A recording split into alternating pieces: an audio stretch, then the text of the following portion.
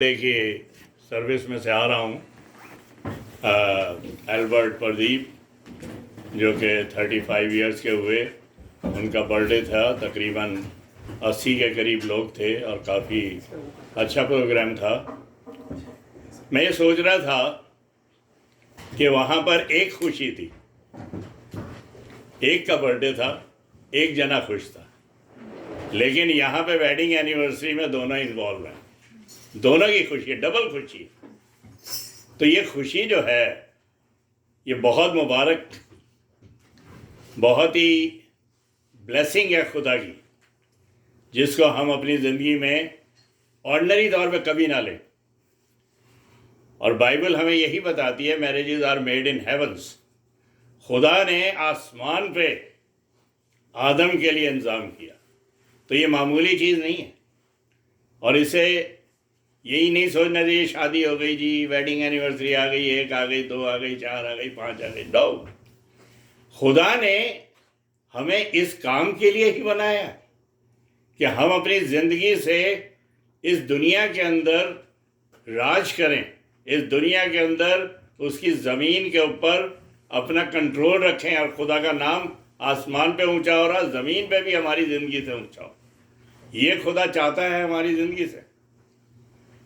और आज मैं चाहूँगा कि पहला करंथियंस 13 चैप्टर जो है वो पढ़ा जाए। अगर कोई पढ़ सकता है तो मेहरबानी से। फर्स्ट करंथियंस चैप्टर 13, जिसमें 13 वर्सेस हैं। बड़ा प्यारा है, मोहब्बत का ये गीत जो कि लिखा गया है। मेरा ख्याल है ऐसा कहीं नहीं मिलेगी मोहब्बत की खूबी। अगर आप इसे देखें, लव के ऊपर इतना खूबसूरत ये गीत लिखा गया है कि कहीं कसर नहीं छोड़ी है मोहब्बत की, कि क्या उसके अंदर खूबियां हैं। मेहरबानी से पढ़ दीजिए। कोई पढ़ सकता है या तो फिर ओके पढ़ो। मैं पढ़ूंगी पहला कुरिन्थियों उसकी 13 अध्याय। मैं भले ही मनुष्य तथा स्वर्गदूतों की भाषाओं में बोलूं, किंतु यदि मुझ में प्रेम का अभाव है तो मैं ठनठनाता पीतल अथवा झनझनाती झांझ मात्र हूँ। मुझे भले ही नबूवत करने का वरदान मिला हो, मैं सभी रहस्य जानता हूँ, मुझे समस्त ज्ञान प्राप्त हो गया हो, मेरा विश्वास इतना परिपूर्ण हो कि मैं पहाड़ों को हटा सकूं, किंतु यदि मुझ में प्रेम का अभाव है तो मैं कुछ भी नहीं हूँ। मैं भले ही अपनी सारी संपत्ति दान कर दूं और प्रसिद्धि पाने के लिए अपना शरीर अर्पित करूं, किंतु यदि मुझ में प्रेम का अभाव है तो इससे मुझे कुछ भी लाभ नहीं। प्रेम सहनशीलता और दयालु है। प्रेम ना तो ईर्ष्या करता है, न डींग मारता, न घमंड करता है। प्रेम अशोभनीय व्यवहार नहीं करता, वो अपना स्वार्थ नहीं खोजता। प्रेम ना तो झुंझलाता है और न बुराई का लेखा रखता है। वो दूसरों के पाप से नहीं बल्कि उनके सदाचरण से प्रसन्न होता है। वो सब कुछ ढाक देता है, सब कुछ पर विश्वास करता है, सब कुछ की आशा करता और सब कुछ सह लेता है। नबूवतें जाती रहेंगी, अध्यात्म भाषाएं मौन हो जाएंगी और ज्ञान मिट जाएगा, किंतु प्रेम का अंत कभी नहीं होगा, क्योंकि हमारा ज्ञान तथा हमारी नबूवत अपूर्ण है, और जब पूर्णता आ जाएगी तो जो अपूर्ण है वो जाता रहेगा। मैं जब बच्चा था तो बच्चों की तरह बोलता, सोचता और समझता था, किंतु सयाना हो जाने पर मैंने बचकानी बातें छोड़ दी। अभी तो हमें दर्पण में धुंधला सा दिखाई देता है, परंतु तब हम आमने सामने देखेंगे। अभी तो मेरा ज्ञान अपूर्ण है, परंतु तब मैं उसी तरह पूर्ण रूप से जान जाऊंगा जिस तरह परमेश्वर मुझे जान गया है। अभी तो विश्वास, आशा और प्रेम ये तीनों बने हुए हैं, किंतु इनमें से प्रेम ही सबसे महान है। ये परमेश्वर का वचन है। यहाँ पे कलाम जो है बहुत ही खूबसूरत तरीके से पेश किया गया है मोहब्बत के बारे में। और जैसे मैंने कहा कि खुदा ने सारी चीज़ें बनाई आसमान के ऊपर, और हर चीज़ बनाने के बाद क्या कहा? अच्छा है, अच्छा है, अच्छा है। एक जगह पर उसने कहा है कि अच्छा नहीं। वो क्या कहा? जब आदम अकेला था। अच्छा नहीं कि आदम अकेला रहे, यानी बुरा है इसका मतलब। जहाँ चीज़ अच्छी नहीं होती उसके उलट जो है वो बुरा होता है। तो इसीलिए खुदा ने ये देखा कि आदम जो है कंप्लीट नहीं है, पूरा नहीं है।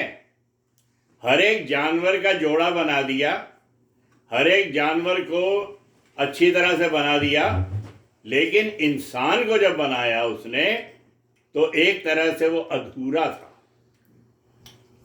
और खुदा ने नींद भेजी आदम के ऊपर। नींद भेजने के बाद उसकी पसली के अंदर से हड्डी निकाल ली, यानी जिस्म के अंदर से पसली से उसने औरत को बनाया। ये खुदा का तरीका था। खैर इसके ऊपर हम नहीं जाते कि जी कितनी बड़ी पसली थी जो औरत के बन गई उसके अंदर, ये तो कहना ही वो नहीं है। लेकिन खुदा ने जो किया है कलाम के अंदर वो हम देखते हैं। बाकी एक चीज़ नज़र आती, खुदा ने ना तो पैर की हड्डी से बनाई औरत, ना सिर की। अगर सिर की हड्डी से बनाती तो औरत सिर पे ही चढ़ी रहती, ये भी होता ना फिर। और अगर पैरों की, तो गैर मसीहों के अंदर तो ये है पैरों की धूल है औरत, यानी उसकी कोई कदर नहीं है। दिल के पास से पसली से औरत को बनाया। और उसने जब उसे देखा उसने कहा ओहो ये तो मेरी तरह है, बिल्कुल नर से निकली है, वो नारी कहलाएगी। और आदम बड़ा खुश हुआ। ये कलाम के अंदर जो है बातें हमें नज़र आती हैं कि खुदा ने वो इंतज़ाम बनाया। अब यहाँ पे देखिए जेनेसिस 2:18 के अंदर है, पैदाइश की किताब में, आदम का अकेला रहना अच्छा नहीं, अच्छा नहीं। ये बात जो है खुदा ने कहा। तो ये चीज़ें जो हैं आज के ज़माने में भी देखिए, मैं पौलुस जो था, पौलुस ने शादी करी थी नहीं। पतरस की तो सास का जिक्र पाया जाता है जिसे ठीक किया था, कईयों की शादियां का जिक्र पाया जाता है, लेकिन पौलुस जो था वो बैचलर था, उसने शादी नहीं करी थी। वो बार बार कहता है मैं तो चाहता हूं कि जैसा मैं हूं तुम भी हो, तुम भी एक ही रहो भैया। हर वक्त प्रचार करने जा रहे, अरे बीवी बच्चे भूखे मर रहे होंगे, अरे पता नहीं उनके खाने का अरेंजमेंट हुआ होगा कि नहीं, सारा ध्यान वहाँ। और पौलुस निकल गया प्रचार करने के लिए, अकेला है, कुछ नहीं, जाके प्रचार कर रहा है, प्रीच कर रहा है। तो कलाम है मुकद्दस इस बात की तरफ ध्यान दिलाता। पौलुस कहता है मैं तो चाहता हूं कि तुम मेरी तरह रहो, लेकिन अगर सब्र नहीं कर सकते तो तुम्हारी जिंदगी से कोई बुराई पैदा हो, ऐसा नहीं होना चाहिए, लिहाजा तुम शादी कर लो। पौलुस ने मना नहीं करा। देखिए उसने एक और भी बात कही है कि औरतें हैं जो वो मजमे में ना बोलें। आज सारी लेडीज प्रीच कर रही हैं। पौलुस ने उस समय ये कहा बात कि लेडीज जो है, तो वो मजमे में क्या होता था, बोलते तो आदमी थे, लेडीज आ जाती थी घर का कोई प्रोग्राम लेकर कि इसने मुझे यूं कहा, इसने मुझे यूं कहा, वो गड़बड़ हो जाती थी वहां पे आके। तो उसने कहा औरतें जो है मजमे ना बोले। लेकिन वही पौलुस कहता है अब से जो मसीह यीशु में है, ना वो यूनानी है, ना यहूदी है, ना सकूती है, ना आजाद है, ना गुलाम है, ना औरत ना मर्द, जो खुदावंद यीशु मसीह में है वो ना औरत ना मर्द, फरिश्तों के समान है। कहा था ना एक शख्स ने एक औरत से शादी करी, करने के बाद वो मर गई, दूसरे भाई ने कर ली, तीसरे ने कर ली, 7 ने कर ली। मसीह को सवाल डाला कि ये बताओ आसमान पे किसकी होगी। उसने कहा आसमान पे ब्याह शादी नहीं होती, लोग फरिश्तों की मानिंद होते। ये सारी चीजें दुनिया में है। तो बाइबल हमें इस बात की तरफ ध्यान दिलाती है कि खुदा ने जो marriage are made in heaven हम कहते हैं, खुदा ने आसमान पे ये काम किया, खुदा ने अपने हाथों से किया। उसने पुतला लिया, आदम बनाया, मिट्टी के अंदर दम फूंका, आदम जीती जान हुआ। उसी आदम में से उसने औरत बना दी, और वो बिल्कुल मेरे खून में से खून, मेरे गोश्त में से गोश्त, मेरी हड्डी में से हड्डी, नर से निकली है नारी कहलाएगी, आदम उसके लिए कहता है। तो हम इस बात को ध्यान में रखें कि ये चीज़ें जो हैं कलाम के अंदर हमें मिलती हैं। और लेकिन एक और चीज़ है, अगर आदम गुनाह ना करता, सवाल है, आप कहोगे कि सालगिरह हमारी है, वेडिंग एनिवर्सरी, हमारे से सवाल पूछे जा रहे। नहीं, आपसे नहीं पूछ रहा, सबसे पूछ रहा। अगर आदम गुनाह ना करता तो क्या जेनरेशन आगे बढ़ती? नहीं, गॉड राइट। इसीलिए कि गुनाह करने के बाद उन्होंने ये जाना कि ये नर है और मैं नारी, अपने बारे में जाना सही तरीके से। जब वो अपने में आया, कैसे पता रहेगा मैं नंगा हूं? आए आदम तू कहां है?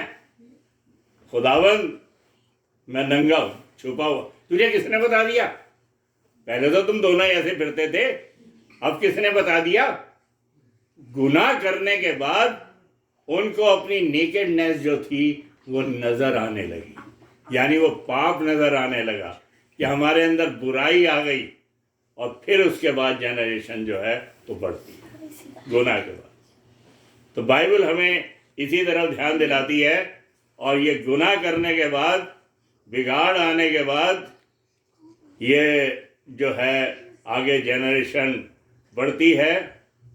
और मैंने आपको बताया खुदा ने सब कुछ अच्छा बनाया, लेकिन यही अच्छा नहीं था कि आदम जो है अकेला रहे। अब आइए मोहब्बत के ऊपर। ये तो मैंने सिर्फ इसलिए दे दिया थोड़ा सा जेनेसिस का, क्योंकि शादी के ऊपर मैं बता रहा था कि marriage are made in heaven, खुदा की तरफ से इंतजाम है। ख़ास तौर पे क्रिश्चियन कह सकते हैं, ये कोई नॉन क्रिश्चियन इसके बारे में नहीं कह सकता, क्योंकि यहाँ पे खुदा ने आदम को बनाया, आदम के लिए औरत बनाई और उनको एक साथ रखा। ये कह सकते हैं कि खुदा ने उन्हें साथ जोड़ा। और बाइबल में यही आया, जिन्हें खुदा ने जोड़ा उनसे इंसान जुदा ना करे। मसीह भी इस बारे में जोर देता है।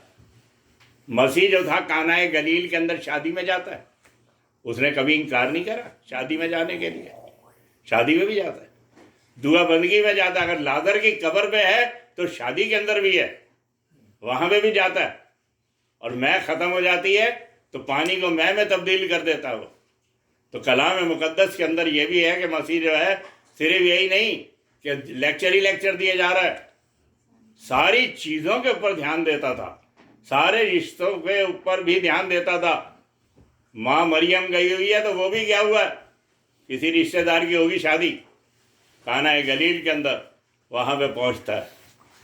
तो यहाँ पे अब देखिए मोहब्बत जो है शुरू की आयतों के अंदर कितनी ज़बरदस्त, पहला कुरिन्थियों के अंदर कहता है कि अगर मुझे नबूवत मिली है, यानी प्रोफेसी भी कर सकता हूँ, अगर मेरी नॉलेज इतनी बड़ी हो, मेरा ईमान इतना बड़ा हो कि पहाड़ों को हटा दूं, या सारा माल गरीबों को बांट दूं, सारा दान पुण्य कर दूं, ये सब बेकार है। फर्ज कीजिए कि आप जो हो किसी को खाना खिला रहे हो, खूब बांट रहे हो, इधर उधर कर रहे हो, लेकिन दिल में अपने भाई के लिए या किसी के लिए नफरत है, तो बाइबल में यही लिखा है, जब तू अपनी भेंट चढ़ाने के लिए जाए वेदी के ऊपर अपना नजराना, और अगर तुझे वहाँ याद आ जाए कि मेरे भाई से मेरी अदावत है, मेरा झगड़ा है, तो वो जो भी तू लेके जा रहा है चढ़ाने के लिए खुदा के हजूर में, वहीं छोड़ दे। पहले भाई से मेल जोल कर। भाई से मोहब्बत कर रहा है तो खुदा से मोहब्बत कैसे करेगा? नहीं कर रहा तो भाई से, जिसे देखा है उससे तो प्यार नहीं कर रहा, और जिस खुदा को देखा नहीं है उससे दावाए मोहब्बत करता है, ओए खुदावंद मैं तुझे कितना प्यार करता हूं। बिल्कुल गलत। यहां पे यही कह रहा है, प्रोफेसी भी कर सकते हो, नॉलेज भी है, फेथ भी है, सब कुछ है, कुर्बानी भी दे रहे हो, सब दे रहे हो, बांट रहे हो, लेकिन अगर मोहब्बत नहीं रखते तो मैं ठनठनाता हुआ पीतल और झंझनाती जान। कितनी बुरी लगती है ठनठनाते पीते की आवाज़, कानों के अंदर बर्दाश्त नहीं हो रही, क्या कर रहे हो, कोई पीतल कोई बर्तन भी नहीं रगड़ रहा हो, कचर कचर कचर कचर आवाज आ रही हो, कान के अंदर कितनी बुरी लगेगी। तो वो जो है मोहब्बत के बगैर वो जो है समझ में नहीं आती। और यहाँ पे सारी चीज़ें देखिए, मैं एक बात बताया करता हूँ कि ये पहला करंथियों 13 चैप्टर जो है कैरेक्टर ऑफ गॉड को जाहिर करता है, क्राइस्ट, मसीह की मोहब्बत है। ये सब कुछ बर्दाश्त कर लिया, कुर्बान हो गया। मोहब्बत साबिर है, सब्र करती है, सब कुछ बर्दाश्त कर लेती है, सब कुछ सह लेती है। मोहब्बत का जवाल नहीं, डाउनफॉल नहीं है उसका। सारी चीजें जाती रहेंगी लेकिन मोहब्बत टिकी रहेगी। ये चीज जो है बड़ी जबरदस्त है। प्यार के ऊपर हमारी बाइबल बेस्ड है। अगर खुदा प्यार ना करता, देखिए दो चीजें थी, गुनाह हुआ और गुनाह की मजदूरी मौत। पाप हुआ है, पाप की वजह से मरना है। लेकिन दूसरी तरफ मैंने एक दफा मिसाल दी थी शायद, एक जज के पास दो शख्स गए, एक ने उससे 10,000 रुपये लिए हुए थे। उसने कहा था मैं 6 महीने के अंदर लौटा दूंगा, लेकिन 6 महीने गया, 1 साल हो गया। वो गया जज के पास, हजूर इसने मेरे से 10,000 रुपये लिए और कहा था 6 महीने लौटा दूंगा, 1 साल हो गया, इधर लौटाया नहीं, मुझे हजूर अपना पैसा चाहिए। दूसरा जो है कहता हजूर मेरे पास तो यानी कि रोटी खाने के लिए भी बिल्कुल पैसे नहीं है, मैं बिल्कुल भिखारी हूँ, मेरे पास पैसे नहीं है, मैं नहीं दे सकता। अब अगर जज जस्टिस करता है, इंसाफ करता है, तो जो रहम की भीख मांग रहा है कि मेरे ऊपर मुझे माफ़ कर दिया जाए, वो जो है रहम नहीं होगा। और अगर रहम करता है तो इंसाफ वाले को 10,000 रुपये नहीं मिलेंगे। क्या करे? वो अपनी जेब से 10,000 रुपये देता है, उसे लो तुम्हारा इंसाफ हो गया, तुम्हें 10,000 रुपये चाहिए तो मैं दे रहा हूँ। और उससे कहता है तेरे पे रहम हुआ, जा आगे को फिर कभी भी सोच समझ के किसी से पैसे उधार लेना, वरना मत लेना। रहम का तकाजा भी पूरा हो गया, मर्सी भी हो गई, दया भी हो गई, इंसाफ भी हो गया। लेकिन कब? जब जज जो था वो कुर्बान हुआ, खुदा हमारी जगह कुर्बान हो गया। हमने गुनाह किया था, गुनाह की मजदूरी मौत थी, हमें मरना था, लेकिन मसीह आसमान को छोड़ के जमीन पे आया, मेरे को हटाकर सलीब पे खुद वहां पे खड़ा हो गया। मसीह हमारी खातिर नहीं मरा। ये आयतों को, लाइनों को ध्यान में रखा करो। मसीह हमारी खातिर नहीं मरा, मसीह हमारी जगह मरा। खातिर का मतलब ये होता है, फर्ज कीजिए कि माँ जो है बच्चे को लेकर सो रही है। आजकल तो खैर बहुत सी चीज़ें चली हुई है कि अगर बच्चे ने गीला कर दिया है तो माँ क्या करेगी? आप गीले में सोएगी लेकिन बच्चे को सूखे में सुलाएगी। बच्चे की खातिर सारी सारी रात जाग रही है, ये खातिर है। अगर बच्चा बीमार हो गया है कि ला बेटा अपना बुखार तो मुझे दे, तू खेल, माँ कर सकती है? उसकी खातिर दुख उठा सकती है, उसकी जगह नहीं। मसीह ने जिस जगह पे हमें खड़ा होना था वहां से सलीब पे से हमें हटा के हमारी जगह वो कुर्बान हो गया और हमें बचा लिया। ये है मोहब्बत, जबरदस्त मोहब्बत है ये। इसीलिए यहाँ पे पौलुस जो है आखिरी आयत के अंदर क्या कहता है, बहुत प्यारी आयत है, इसको ध्यान से सुन लीजिए, फिर उसके बाद ख़त्म करेंगे क्योंकि प्रोग्राम काफ़ी बड़ा हो गया। लिखा है 13वीं आयत के अंदर, 1 Corinthians 13 चैप्टर 13th वर्स, गरज ईमान यानी फेथ, उम्मीद यानी होप, और मोहब्बत यानी लव, ये तीनों दायमी हैं, इटर्नल हैं, हमेशा तक रहने वाली हैं। मगर अफजल इनमें मोहब्बत है, सबसे ऊपर मोहब्बत है। कैसे? देखिए एक और चीज़ है, मसीह ने कहा तू ठीक होना चाहता है? उन्होंने कहा ठीक होना चाहता। क्या तू ईमान रखता है? जा तेरे साथ तेरे ईमान के मुताबिक। ईमान से अगर तुम कहोगे पहाड़ से कि वो जाके समुद्र में गिर जाए तो हो जाएगा। ईमान बहुत ज़बरदस्त चीज़ है, लेकिन यहाँ पे ईमान को भी एक तरफ देख। उम्मीद, आज हम जिंदा हैं तो क्यों जिंदा हैं? हमें पता है इस जिंदगी के बाद एक जिंदगी है जो इटरनल है। जो खुदावन यीशु मसीह में होकर मरता है वो हमेशा की जिंदगी पाता है। उम्मीद है, उम्मीद।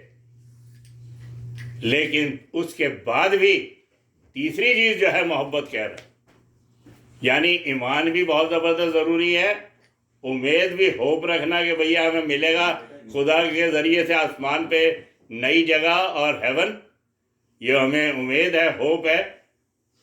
लेकिन उसके बाद भी लव जो है ऊंचा है। कैसे? मिसाल देता हूं, आप समझ जाएंगे। एक बच्चा स्कूल से आता है 9-10 साल का, माँ कहती है बेटा जा, तेरे लिए फ्रिज के अंदर चॉकलेट रखी है और तेरे लिए फ्रूट्स रखे हैं। बच्चा चलता है बैग रख के, एक कमरा पार करता है, दूसरा कमरा पार करता है।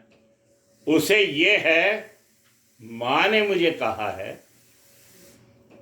सच कहा होगा, क्योंकि माँ मुझे प्यार करती है। प्यार की वजह से यकीन करता है, ईमान बढ़ता है, और उसे ये होता है कि जब मैं जाऊंगा, उम्मीद, जब मैं जाऊंगा फ्रिज खोलूंगा तो वो चीज मुझे पाएगी, मिलेगी, बिकॉज ऑफ लव। वही बच्चा बाहर आता है, खेल रहा होता है, शाम को कोई बाहर का आके कहेगा बेटा आओ, चलो मैं तुम्हें ले चलता हूँ, तुम्हें देखो ये चीज़ दिलाऊंगा, वो चीज़ दिलाऊंगा, ये खिलौने दिलाऊंगा, ये स्वीट्स दिलाऊंगा। बच्चा अंदर भागेगा अगर समझदार हो। इसका मेरे से कोई रिश्ता नहीं है, ये मुझे कहीं ले जाकर मार न दे, या मुझे ख़त्म कर देगा, या और किसी काम के लिए इस्तेमाल करेगा। अंदर भागता है। सिर्फ मोहब्बत है तो यकीन है, ईमान है, उम्मीद है। इसीलिए पौलुस कहता है कलाम के अंदर कि ईमान, उम्मीद, मोहब्बत, ये तीनों दायमी हैं, हमेशा तक टिकने वाली हैं, लेकिन अफजल इसमें मोहब्बत है। और आज मैं यही कहूँगा कि आप लोगों की यानी शादी की बुनियाद मसीह की मोहब्बत के ऊपर टिकी हुई है। मसीह ने ये सारे इंतज़ाम किए हैं हमारे लिए। मसीह हमें प्यार करता है और उसने हमें ये मौका दिया है कि हम उसकी पाक हजूरी में आकर उसका शुक्रिया अदा करें। शादी एक बहुत बड़ी ब्लेसिंग होती है। और देखिए, एक बात मैं कहा करता हूँ हमेशा कि जब आदमी अकेला रहता है तो अपने बारे में सोचता है, भैया ये पैंट ले लूँ, ये शर्ट ले लूँ, ये मैं शूज़ ले लूँ। लेकिन जब शादी हो जाती है एक दूसरे के लिए सोचने लगते हैं। खैर तीसरी बात तो भी है ही नहीं कि जब बच्चे हो जाएं तो अपने दोनों को भूल जाते हैं, फिर बच्चों के बारे में सोचना शुरू करते हैं। तो कलाम मुक़द्दस इस बात की तरफ ध्यान दिलाता है हमें कि हमें जो है खुदा ने मोहब्बत के ऊपर, उसके ईमान के ऊपर हमारी ज़िंदगी की इमारत टिकी हुई है। इसीलिए लिखा है शुरू के अंदर, मैथ्यूज और लूक के अंदर, अगर खुदा ही घर ना बनाए तो बनाने वालों की मेहनत बेकार है। खुदा कौन से घर बनाता भाई? खुदा ने नूह की किश्ती बना दी? नहीं, उसने माप दे दिया ये बनाओ, लेकिन जब तक वो बनी नूह को जिंदा रखा। खुदा ने बनाया, खुदा ने हैकल बना दी, बनाने वाला कोई है, लेकिन खुदा ने इंतजाम किया। तो खुदा ही घर ना बनाए, हमारी ज़िंदगी के अंदर हमेशा खुदा का काम नंबर 1 पे होता है। अगर होली स्पिरिट की गाइडेंस ना हो हम कुछ भी नहीं है। आपकी ज़िंदगी में अगर मोहब्बत नहीं है कुछ भी नहीं है। ये लिखा हो ना, ठंडनाता पीतल और झंझनाती हुई जान। ईमान भी बढ़ेगा, उम्मीद भी बढ़ेगी, और मोहब्बत पे कायम रहना वो सबसे बड़ी बात है। और खुदावंद यीशु मसीह हमारा दुल्हा है, सबसे बड़ी तो बात है, हम उसकी दुल्हन। नंबर 1 पे तो जीसस क्राइस्ट ही आता है। ईमान से नहीं गिर सकते। खुदावंद यीशु मसीह हमारा ब्राइड ग्रूम है और हम ब्राइड हैं उसकी। रात को बज गया कि दूल्हा आ गया भैया, तैयार नहीं थे, कुप्पियों में तेल नहीं था, और वो लेने को जब भागी हैं तो इतने में दूल्हा आ गया। 10 कुंवारियों का जो जिक्र पाया जाता, 5 बेवकूफ थी, 5 समझदार थे। इसी तरीके से खुदावंद यीशु मसीह हमारा दूल्हा है और हम उसके दुल्हन हैं, और हमें अपनी कुप्पियों के अंदर यानी दिलों के अंदर होली स्पिरिट का तेल भर कर रखना है। वी शुड बी प्रिपेयर्ड, हमें तैयार रहना है, कब ऊपर से बुलावा आ जाए। खैर ऐसे टाइम पे ज़्यादा बोलना नहीं चाहिए इतना, लेकिन अगर जाना पड़ जाए तो कम से कम हम तैयार हों। ये मेन चीज़ है। खुदा हमारा दूल्हा है, खुदावंद यीशु मसीह, हम उसकी दुल्हन हैं, और यकीनन अगर उसके ईमान पर, उसकी मोहब्बत पर, उसकी उम्मीद पर हमारी घर की बुनियाद या शादी की बुनियाद पड़ी है, कभी आप फेल नहीं हो सकते ज़िंदगी में। सारी ब्लेसिंग फ्लो करेंगी और खुदा का नाम ऊंचा होगा। आइए बाइबल पकड़ लीजिए, मैं दुआ करूँगा आपके लिए। कम क्लोज, होल्ड, दोनों पकड़ लीजिए।